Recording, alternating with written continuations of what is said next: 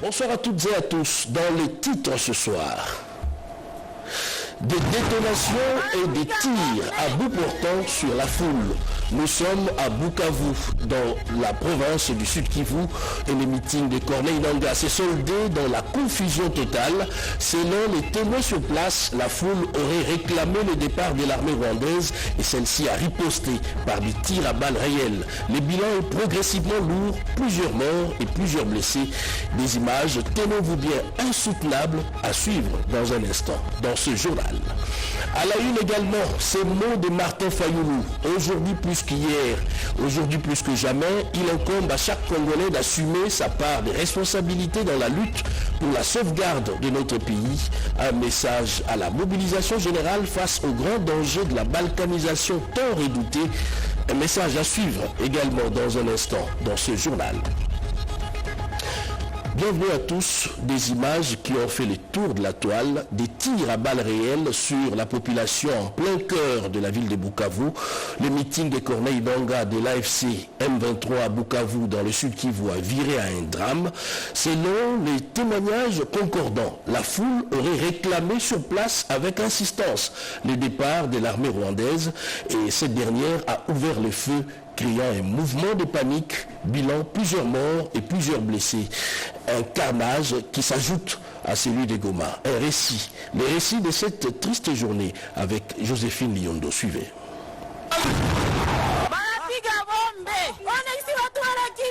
C'est devenu une tradition à chaque meeting des agresseurs de la RDC qui se nourrissent du sang. Ce jeudi encore, Corneille Nangaa a de nouveau sacrifié des innocents à Bukavu pendant son meeting.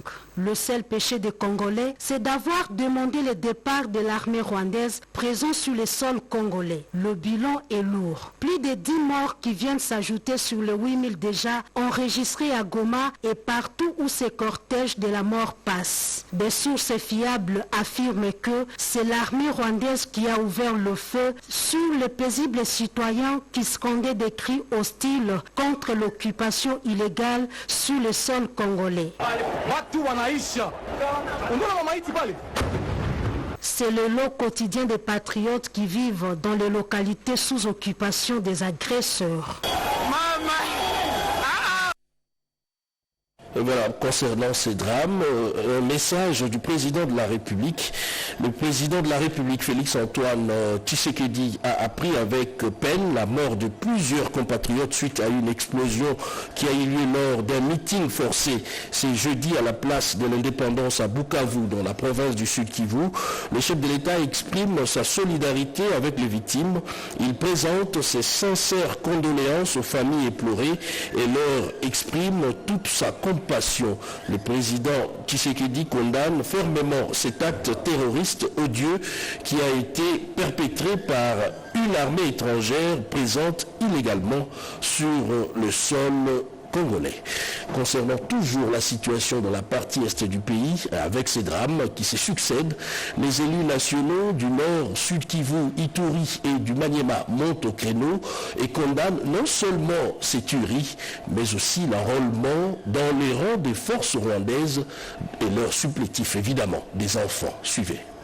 Les députés nationaux élus des provinces du Nord Kivu, du Sud Kivu, de l'Ituri et du Maniema se sont réunis au Palais du Peuple à Kinshasa dans une déclaration lue par le rapporteur circonstanciel Paul Misare Mugomberwa. Ils ont fermement condamné les massacres à grande échelle des populations civiles depuis le début de l'occupation de localités congolaises par l'armée rwandaise et le groupe rebelle M23. Ces députés ont également dénoncé les carnages perpétrés lors de l'occupation des villes de Goma et Bukavu qui se poursuivent à ce jour. Considérant la dégradation de la situation sécuritaire et humanitaire dans les provinces mentionnées, caractérisées notamment par la violation massive des droits humains, les assassinats ciblés, le recrutement forcé, incluant celui des élèves, le pillage systématique des biens privés et publics, l'installation des administrations parallèles dans les provinces du Nord Kivu et du Sud Kivu, l'exploitation illicite et systématique des ressources naturelles, les attaques délibérées contre les Les contingents des Nations Unies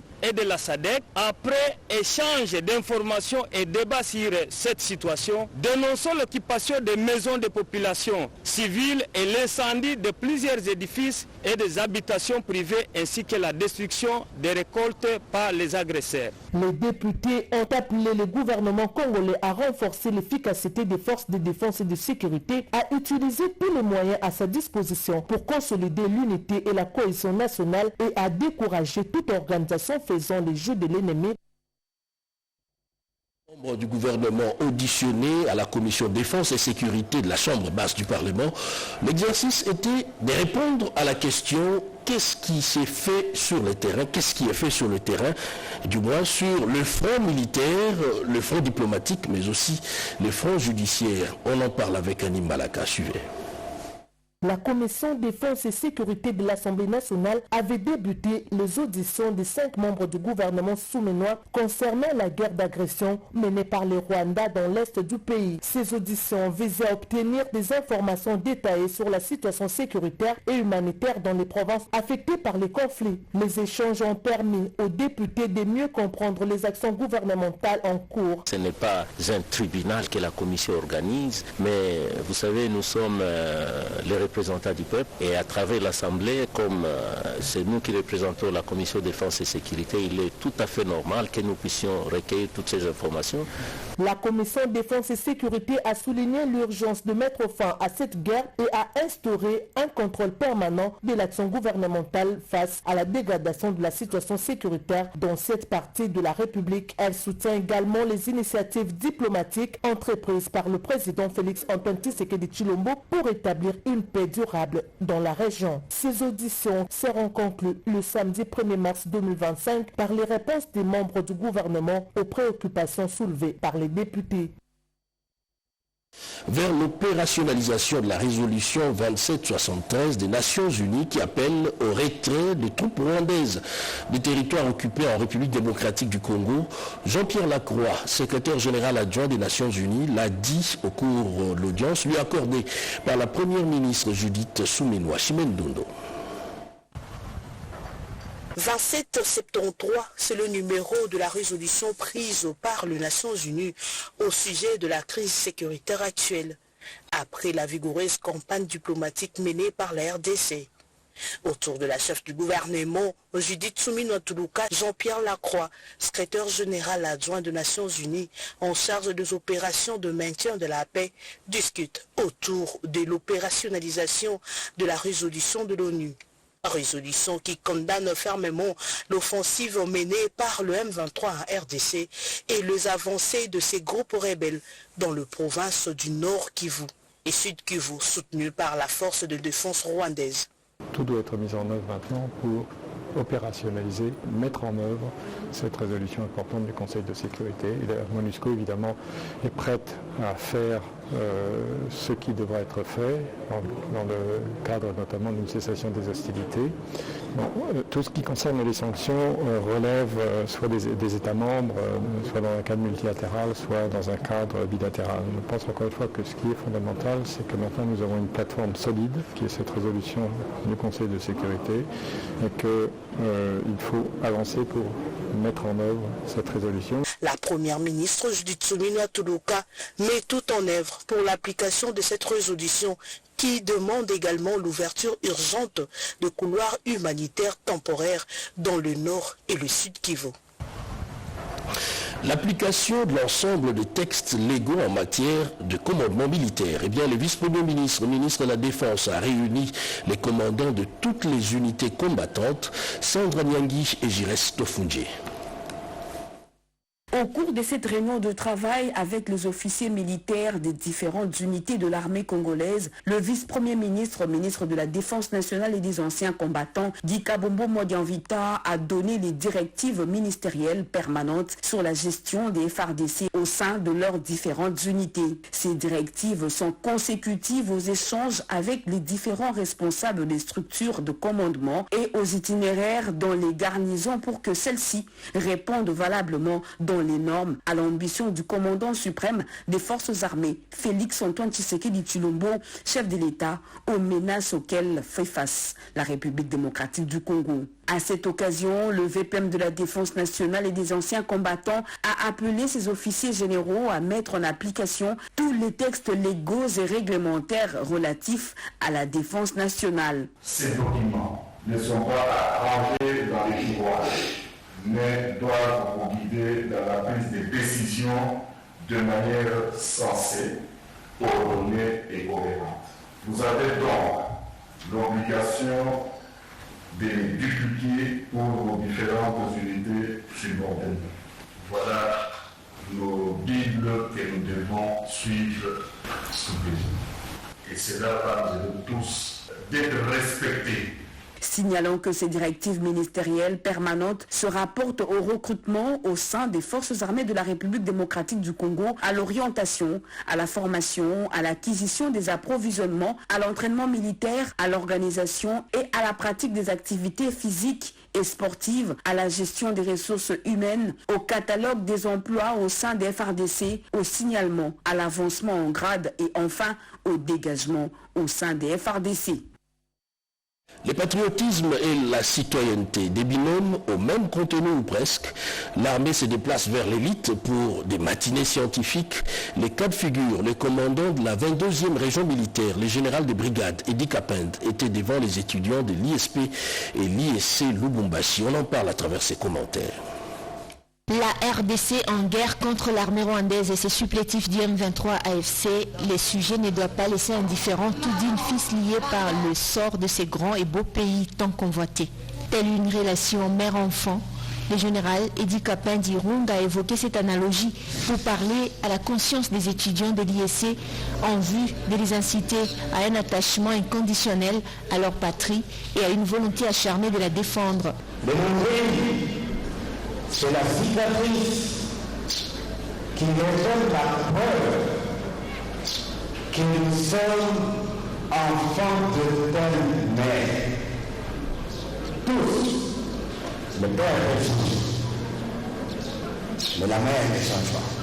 C'était en présence des corps enseignants, personnel administratif, des alma mater et de bien d'autres invités de marque, dont l'ancien ministre de la Communication, professeur Toussaint Tshilombo. Le général Edi Kapend a exhorté les étudiants à ne pas faire l'apologie de la rébellion. Eux étant jeunes et susceptibles d'être manipulés, devraient s'abstenir d'être en complicité avec ceux qui tuent en RDC, surtout dans sa partie Est. Et à présent, cette image, visage serein, ton conciliant, Martin Fayoulou appelle à l'unité nationale face au risque d'une balkanisation du pays. On fait le point avec Joséphine Liondo. Yaélé, suivez.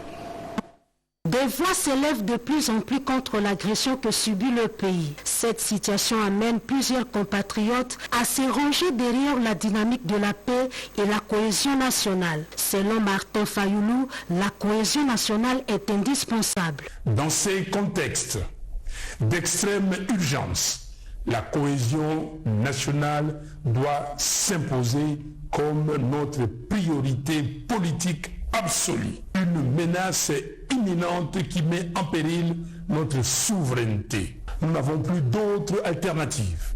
Il est temps de sauver notre nation, d'unir nos forces, de transcender nos divergences et de trouver une solution pour préserver les 2 345 410 km² de notre territoire. La cohésion nationale est le gage du développement, progrès du peuple congolais.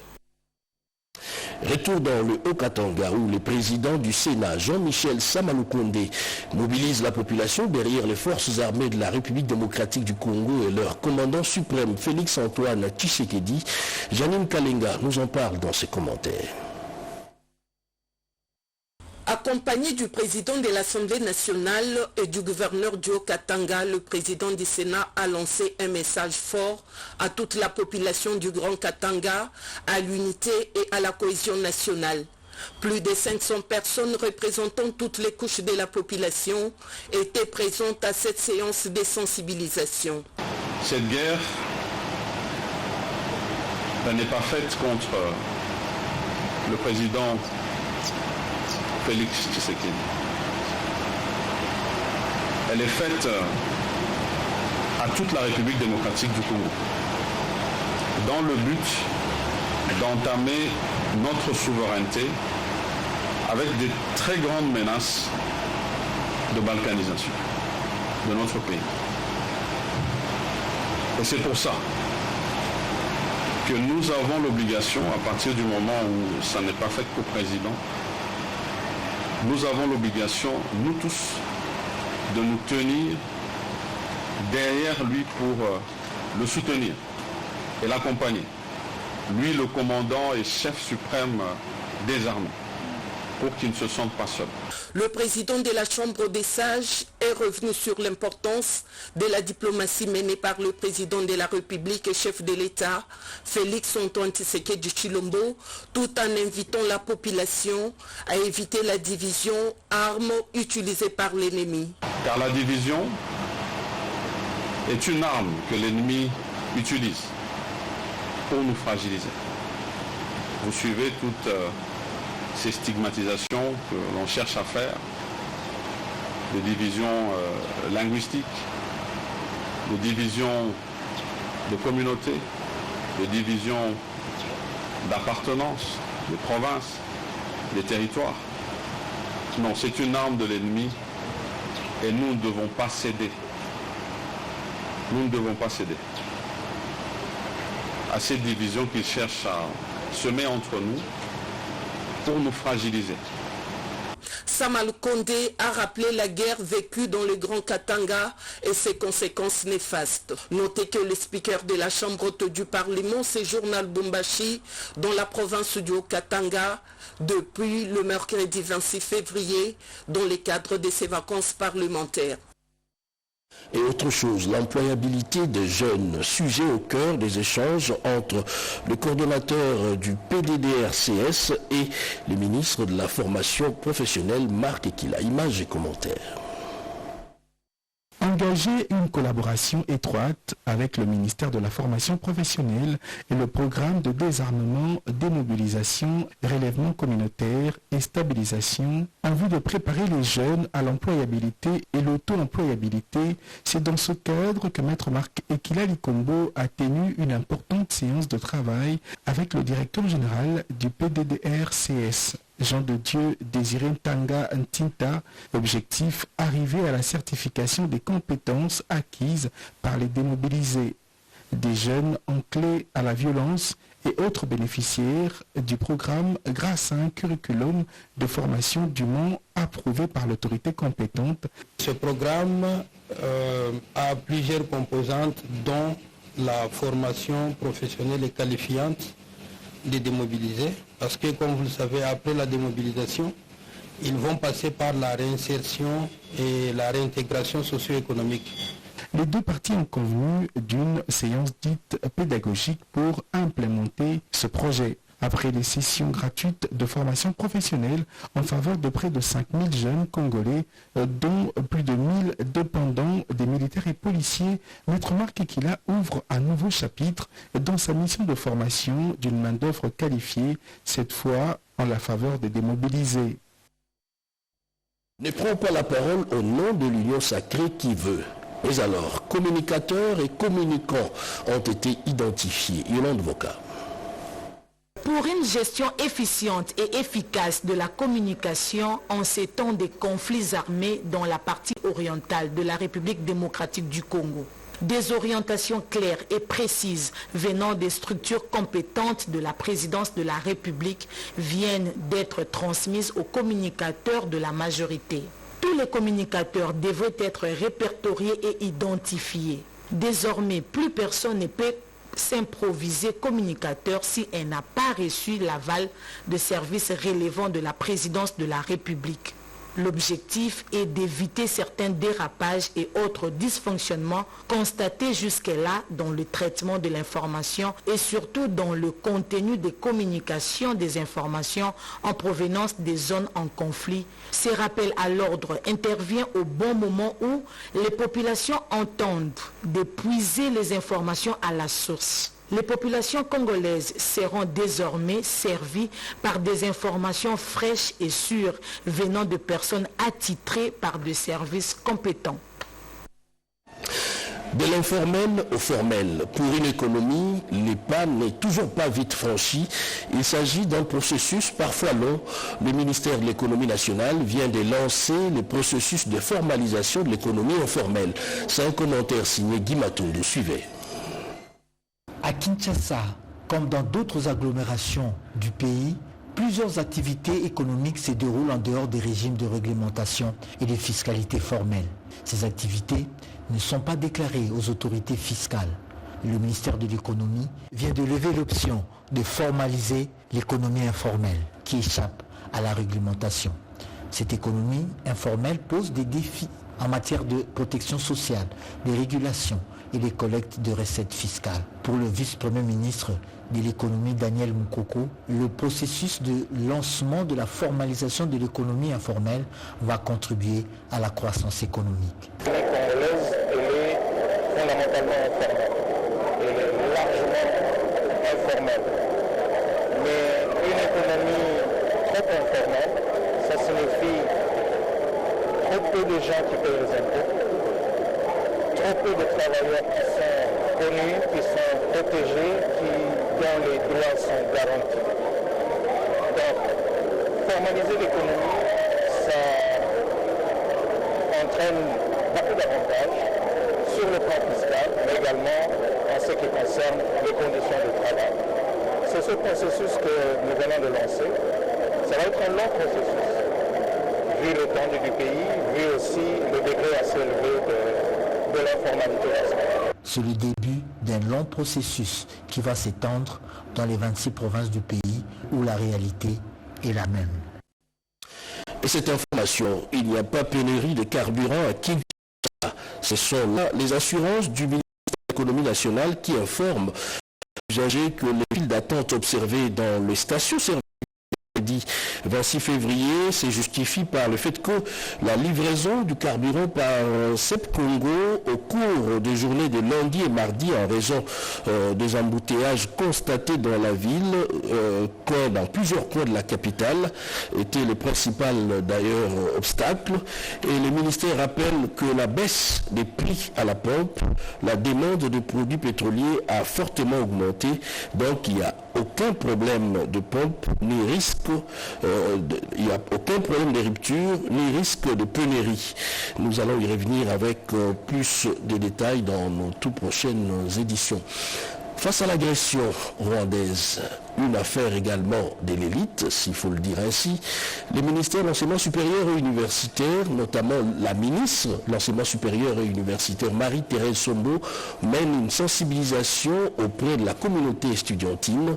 Les vice-premiers ministres des Transports et Voies de Communication étaient également dans cette conférence. Alain Bikaï. La défense de la patrie est une affaire de tous les Congolais. Depuis l'appel à la mobilisation générale lancée par le chef de l'État, Félix Antoine Tshisekedi Tshilombo, la ministre de l'Enseignement supérieur et universitaire, professeur Marie-Thérèse Sombo, est passée devant la scène pour sensibiliser la communauté universitaire sur le rôle qu'elle doit jouer. C'est dans cette optique que s'inscrit cette conférence sur l'éveil patriotique à l'université de Kinshasa. Dans son exposé, le vice-premier ministre des Transports, Jean-Pierre Bemba Gombo, a galvanisé la jeunesse estudiantine sur son engagement patriotique. Consciente du rôle d'avant-plan que doit jouer la communauté universitaire dans cette guerre d'agression rwandaise, la professeure Marie-Thérèse Sombo recommande l'insertion des enseignements paramilitaires car la jeunesse estudiantine est l'une des sources intarissables pour la nation congolaise. Il est question de renforcer la résistance des étudiants face à la guerre d'agression et aux enjeux sécuritaires actuels. D'ailleurs, il est en cours d'examen envisagé l'intégration dans les cursus des étudiants volontaires, la formation dédiée au maniement d'armes, aux stratégies et tactiques militaires. Il faut noter que le ministère de l'Enseignement supérieur et universitaire a déjà mis à la disposition de l'armée la première promotion des jeunes étudiants paramilitaires des universités de Kisangani et de Goma formés pour la défense de la souveraineté nationale. Ils ont bénéficié d'un plan d'affaires et la promotion dans l'entrepreneuriat à travers les projets Transform. Eh bien, la prochaine étape, c'est la vérification des informations récoltées et qui a abouti à la sélection de près de 7000 candidats sur les 40 000. Mireille Ndeke. Après avoir sélectionné les candidates bénéficiaires du concours du plan d'affaires et de la formation à la promotion sur l'entrepreneuriat par le projet Transform de la Banque mondiale, l'heure est à la vérification des informations récoltées à travers les bases de données dans plusieurs points d'enregistrement disséminés à travers la capitale. Une ronde effectuée par la chef d'antenne Kinshasa du projet Transform. Nous avions voulu que chacun se retrouve dans ce que nous faisons. Nous avions appliqué un quota pour que chaque structure ait au moins quelques-unes des femmes membres de sa structure dans ce projet de la formation FIP et de la subvention Transform. Que lorsque nous avons appliqué les critères et puis la stratégie de quota, nous sommes arrivés au résultat que vous voyez. Sur près de 40 000 candidatures reçues, seulement près de 7 000 ont été sélectionnées, et ce après avoir répondu au profil voulu. Ces femmes bénéficieront dès le début du mois prochain d'une série de formations avec des modules différents dispensés dans plusieurs langues pour une meilleure compréhension. Nous sommes en train de mobiliser d'abord ces femmes, voir si leurs coordonnées actuelles correspondent à leur profil déjà enregistré dans le serveur de Transform. Initiative louée par ces femmes entrepreneurs soucieuses d'être accompagnées pour accroître leur business. L'État congolais nous a facilité afin que les femmes entrepreneurs soient battues. Malheureux de constater que lors de cette opération, plusieurs cas de mafia ont été soulevés, notamment les fausses cartes d'identité. Transform interpelle ainsi les responsables des structures de bien veiller au profil de chaque candidate. Et à présent, cet atelier d'immersion de membres de la cellule technique de lutte contre la corruption. C'est un commentaire de Nathan Tamboué de la RTNC2. Aussitôt installé comme patron de la cellule technique de lutte contre la corruption, un service au sein du ministère de la Justice, Maître Kitengel PJ, lui qui s'est engagé à stopper les détournements au RDC, a aussitôt conduit son personnel au cours d'une session de renforcement des capacités afin que ces derniers intègrent dans l'exercice de leurs fonctions les notions générales sur la corruption. Et cela doit passer par le respect de certaines valeurs, puissant bouclier contre la corruption. Nous devons apprendre à intégrer les notions de la sincérité, de l'honnêteté et de la responsabilité dans la gestion de la chose publique ou des biens publics, afin d'attirer les investisseurs, afin d'accroître notre budget. Entre-temps, la cellule technique de lutte contre la corruption qui bénéficie de l'expertise du PNUD dans ce domaine a révélé aussi les axes prioritaires pour décourager les détourneurs de deniers publics. Les stratégies de la prévention, de la détection et de l'investigation, les stratégies de la répression, pour commencer à traquer tous les corrupteurs. À l'issue des travaux, le numéro 1 de la CTLC dit vouloir intégrer la politique de digitalisation par la bancarisation pour la canalisation des recettes de l'État congolais. Il faut solder la dernière partie du financement. Plaidoyer du député national Edi Mundela face à l'évolution dangereuse des érosions Moulamba Wampoy dans le Kasaï oriental. Sur place, les travaux à l'arrêt depuis 2 ans ont repris, nous dit Robert Ndaye. Suivez. Après 2 ans d'arrêt, les travaux de ravin Moulamba Wampoy à Mbujimaï ont bel et bien repris après l'intervention du ministre des Finances, Doudou Famba. Ce ravin représente pour la population de la ville de Mbujimaï un ouvrage essentiel pour la circulation et le développement de la province du Kasaï oriental. De passage à Mbujimaï, le député national Edi Mundela Kankou a fait une visite surprise pour se rendre compte de l'évolution des travaux, le rêve des habitants de Mbujimaï pourra devenir une réalité dans quelques jours. C'est ici aussi l'occasion de remercier le ministre des Finances qui a été vraiment à l'écoute de notre plaidoyer pour l'érosion ici de Moulamba Wampoy. Je suis venu à l'improviste pour me rendre compte que les travaux sont en train d'être faits. Et je confirme que les travaux sont en train d'être faits, mais il reste encore une petite enveloppe pour que nous puissions parachever cette œuvre. On ne peut pas faire comme l'autre fois. Une grande partie des travaux étaient exécutés. On est tombé dans l'arrêt. On a perdu un tiers de ce qui a été fait. Eddie Mundela Kankou est satisfait des progrès réalisés sur les chantiers. Les travaux avancent à pas de géant et lance un appel pressant pour que la dernière tranche de paiement soit terminée, car la population d'Mbujimai attend avec impatience la fin des travaux du ravin Mulamba Mpoyi. Faites diligence pour que les derniers paiements soient faits, pour que cette œuvre puisse arriver à terme, pour que la population de Mbujimai puisse bénéficier de cet ouvrage. Les dernières pluies ont été fatales pour les habitants d'Inongo dans le Mai-Ndombe. 200 maisons ont porté plusieurs blessés sur place. La population sinistrée s'en remet au député national Aimé Pascal Mongo et Génie Dada Chabani. Plus de 200 maisons écroulées, plusieurs blessés et autres dégâts matériels considérables. Tel est le bilan de la pluie diluvienne qui s'est abattue ce week-end à Inongo, accompagnée d'un vent violent.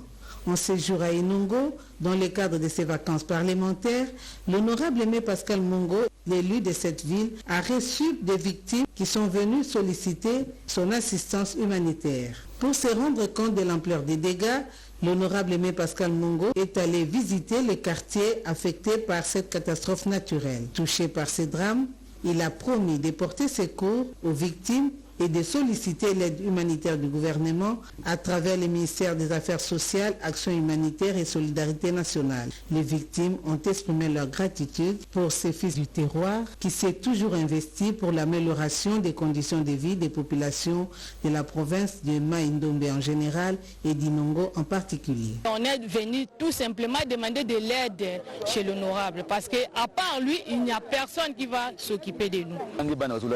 Nous souffrons beaucoup. Nous et les enfants, nous passons la nuit à la belle étoile. Nos enfants peuvent tomber malades. Voilà pourquoi nous sommes venus solliciter de l'aide auprès de cet honorable qui a toujours un grand cœur.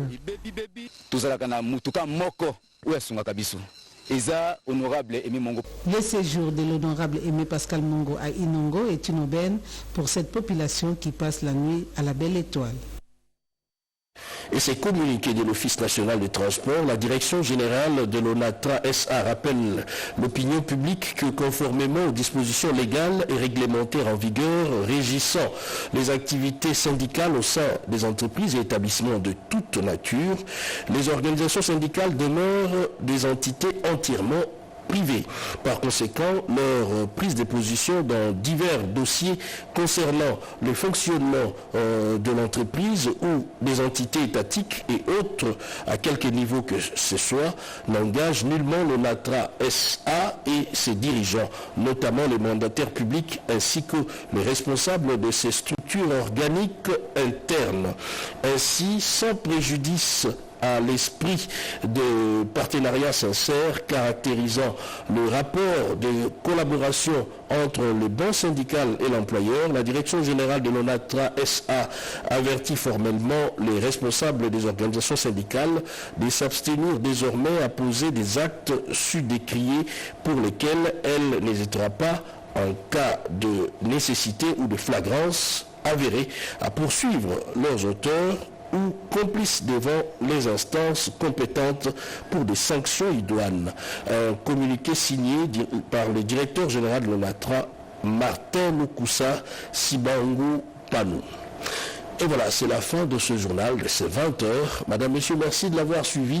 À vous qui nous avez suivis depuis Bukavu dans le Sud Kivu, nous vous disons également merci. Santé de fer à tous et bonsoir chez vous.